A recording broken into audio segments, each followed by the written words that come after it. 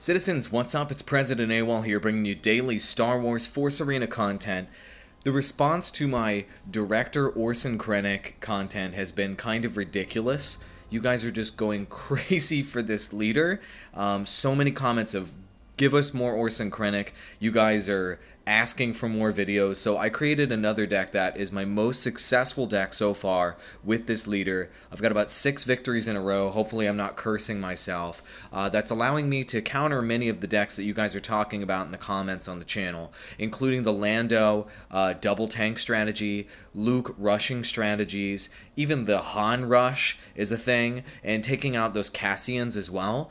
And this is the deck. And don't laugh, don't judge. Be like, theoretically, what I have on the screen right now doesn't necessarily make sense. Why? Because that energy cost is extremely high at 4.1 average energy cost. And yes, I do have MTV-7 light vehicle and AT-ST Walker in this deck, but it is working, I can assure you. And many of you guys have been posting in the comments, Death Squad leader, drop it at the very, very back of your base, let it spawn multiple times, drop it underneath an AT-ST, and you can get a lot of momentum. I agree, I've been doing that. And with this deck, it is a really interesting combination of basically 2 sieging units, AT-ST Walker as well as Rocket Stormtrooper, and I've got 2 single target damage units, Bladesman as well as MTV-7 light vehicle, and then 2 area of effect units, Sand Trooper as well as Probe Droid. I'm able to do single target damage myself. I've got a built-in comeback mechanic. Overall, this deck is really rocking.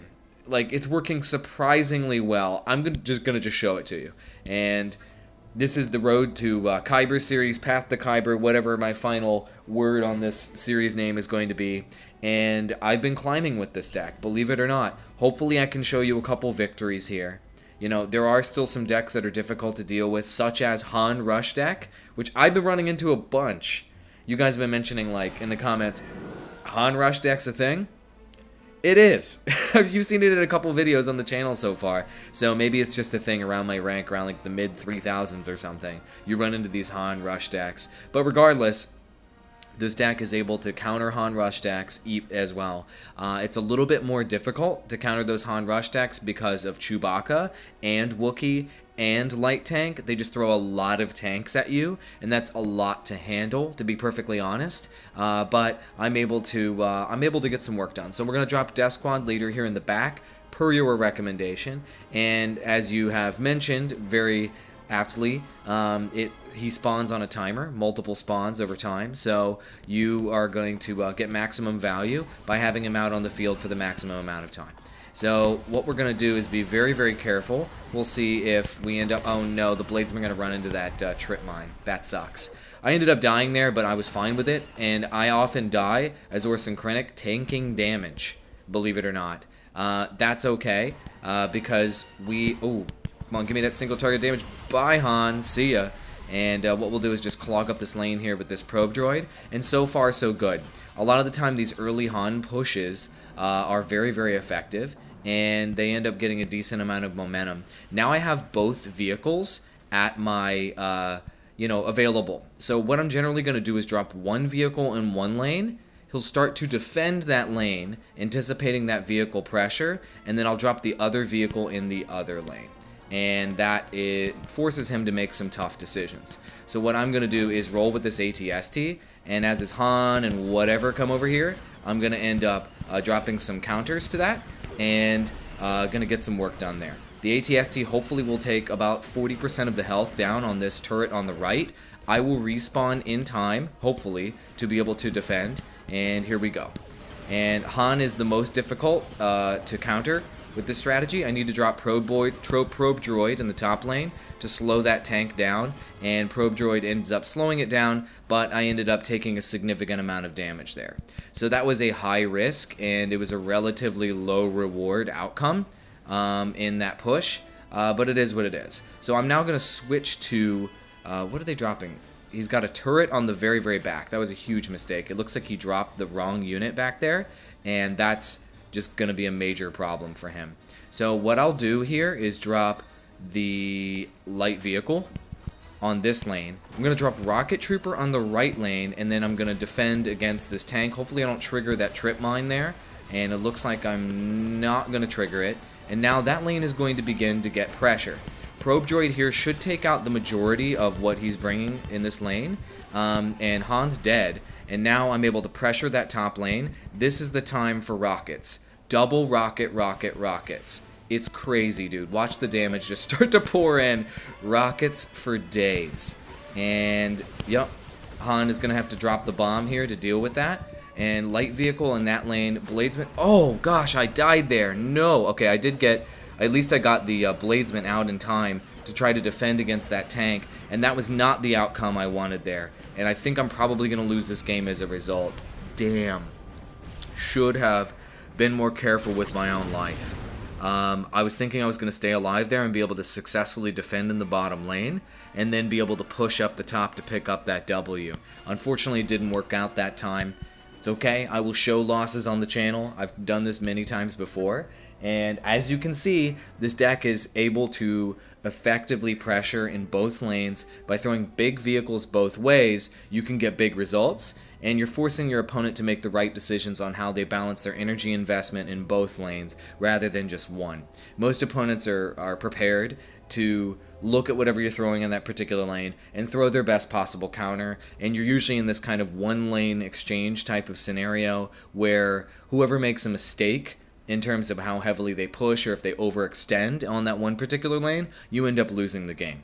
By having this dual vehicle composition, I'm able to pressure both lanes, and I'm able to successfully defend most of the time in both lanes, assuming that I don't let my leader die constantly. So let's see if I can make it happen in this game to actually show you how that can work. But, okay, we're up against the same guy again. So this is going to be difficult. Han is the most difficult opponent to be able to pull off this strategy against. So let's see what we can do. I'm really hoping that I can maybe get a Lando double tank here. Right before I started recording this video, Lando double tank, I just wrecked it. Like, he got like 10% damage on one of my structures, and I took down 2 turrets that game. Lando double tank gets destroyed by this deck. I'm able to defend effectively against both tanks with that MTV-7 light vehicle, with the death squad leader, with the whole 9, and whatever. I'm just going to throw ATST in this lane, and we're just going to go for it. He's going to go ahead and defend against this ATST. I'm going to drop Rocket Trooper in the top lane, hopefully get like some sneaky pot shots in there without him noticing. It looks like that is what's happening, and I'm able to drop that turret down by like 20% or so, which is great. And I should be able to defend here, no problem. Those Twi'leks are going to die, but I need to make sure that I take down this Gonk Droid. So I'm just going to pump it full of a little bit of extra lead, and we'll be good there. And light tank shouldn't be too much of a problem for me. And I was really actually hoping to trigger that mine with Probe Droid, but I didn't get to trigger it there, which is unfortunate. I am ahead, though, in terms of turret HP, which is great. And now I'm just going to hold off, and I'm going to deploy Squad Leader in the back and start to build up some momentum. I'm definitely not going to push Squad Leader up that top lane because he's obviously making it clear that he doesn't want me to push up top lane with both of those trip mines, and Squad Leader does not like trip mines. They kill squads. So let's see what we got here. We got another Gonk Droid in that lane. That's fine. So what we're going to do is we're going to drop ATST, and we have Squad Leader here, and we're going to drop Rocket Trooper, but on the edge in the other lane, to see if we can get that sneaky damage in there. Rocket Trooper not being triggered, not triggering those mines. We got bottom turret. See the dual pressure working? We got bottom turret, and we ended up stopping the Gonk Droid there as well, and top turret is nearly dead. So what we're going to do is drop down our vehicle here. No, Gonk Droid, what? I thought I did enough damage to the Gonk Droid for him not to be... Was that a second Gonk Droid? Did I just totally miss that Gonk Droid? That's embarrassing if I did. I'm going to run next to this turret. I'm going to deploy units here to defend and take that turret down. Bottom turret, he's going to try to do some heavy pressure strat here, and we'll see if he's going to be able to get it.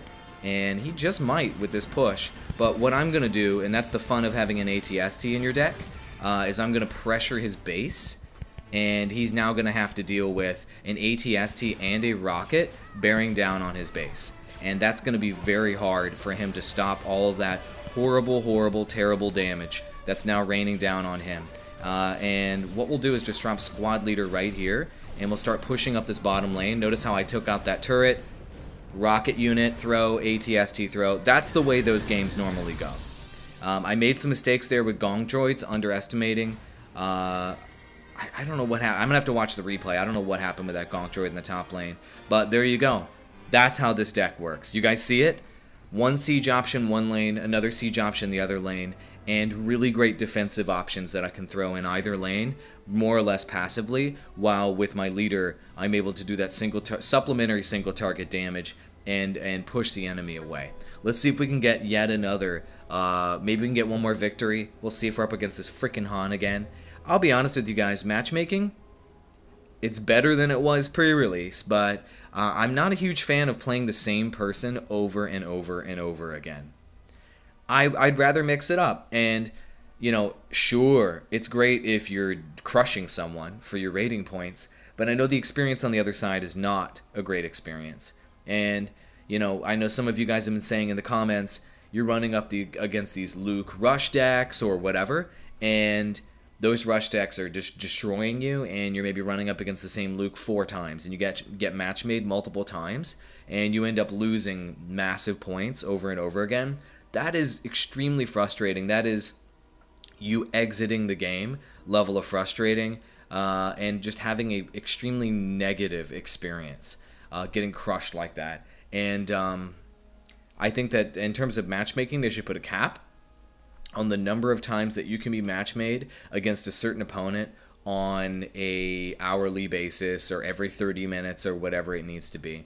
Maybe it's, you know, a limit of 2 times every 30 minutes, something like that, in order to ensure that you get a greater variety of opponents.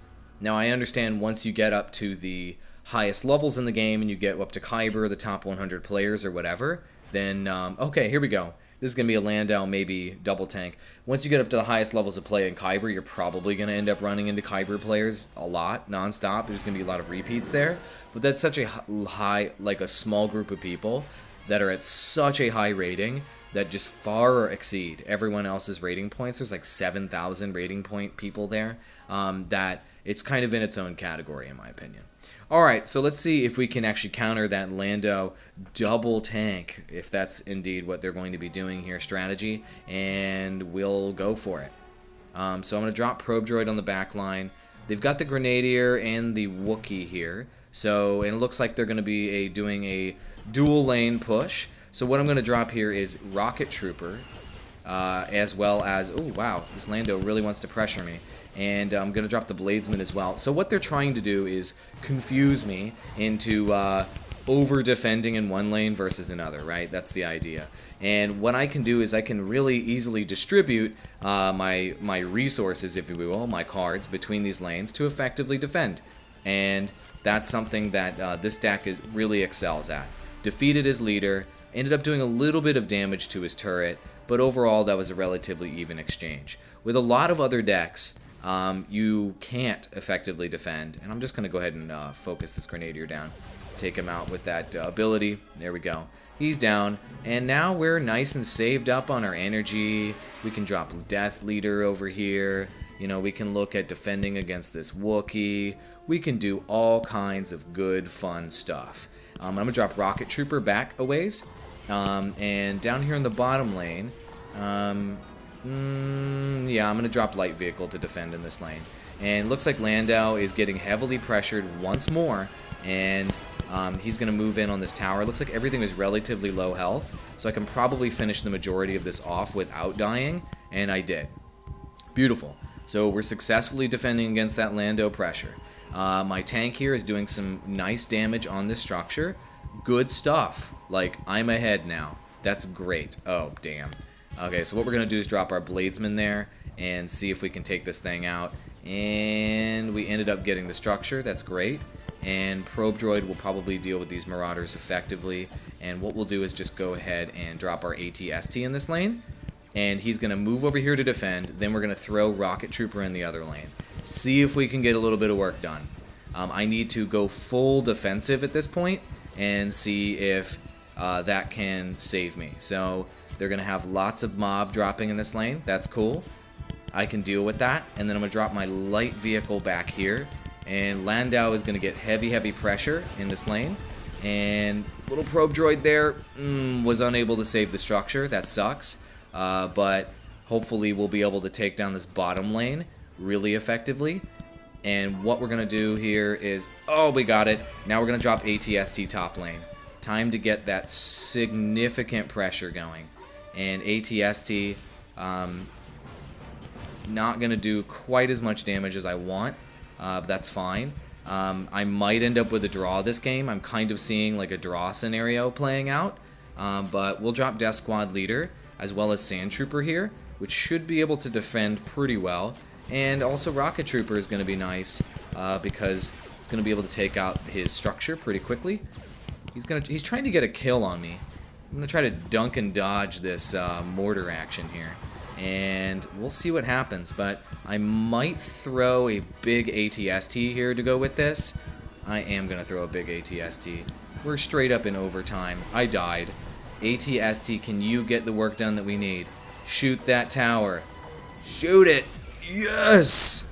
Take that, Lando Strategies. So that's 2 victories, 1 loss. I know, it's a 4.1 average cost deck, but it is totally working. And there we go. We ended up further ahead in this video than when we started. That is our objective in Path to Kyber. In the Path to Kyber series. Is it Path to Kyber? Road to Kyber? We'll figure it out. Let's open the play pack and see what kind of goodies we got. Some credits, some crystals. We got the trap. We got the X-Wing. Got the Heavy Troopers. Imperial Jump Troopers, and a TIE Bomber. A card I never, ever use. Lots of you guys have been giving me feedback on whether I should trade or not. And for the most part, I agree with what you've been saying. Your feedback has been, do the legendary trade for 1,000 if you want to, but do not do the unique trade up to legendary because it just costs too much money. I'm kind of agreeing with you. For the most part, I'm kind of agreeing with you guys. And I did do a unique to legendary trade, and I felt dirty afterwards because I paid so much money for it. Anyway, that's the deck, my friends. And let me know what heroes you guys want to see moving forward. I'm trying to show you as much variety as I can while still maintaining my rating and still continuing to climb the ladder. I know lots of you guys have been asking for Boba Fett. That's probably up next. And a number of you guys have been asking for Grand Moff Tarkin. Been experimenting with that. I'm working on it, guys. And of course, Callus, Agent Callus is something I've been trying for a while and been losing lots of games trying to figure out. I promise I'm not ignoring these others. It's just I want to bring you a deck that just is rocking it on the ladder in order to give you guys the best advice possible. Alrighty then. Avatar on the screen, click that to subscribe, and thank you to everybody in my notification squad who's enabled notifications. The only way to guarantee you're going to see my videos. Have other videos over there, click those and watch them, and thank you to everyone who's sharing my videos on Reddit. Please keep doing that. I appreciate the support. Adios amigos, bye bye.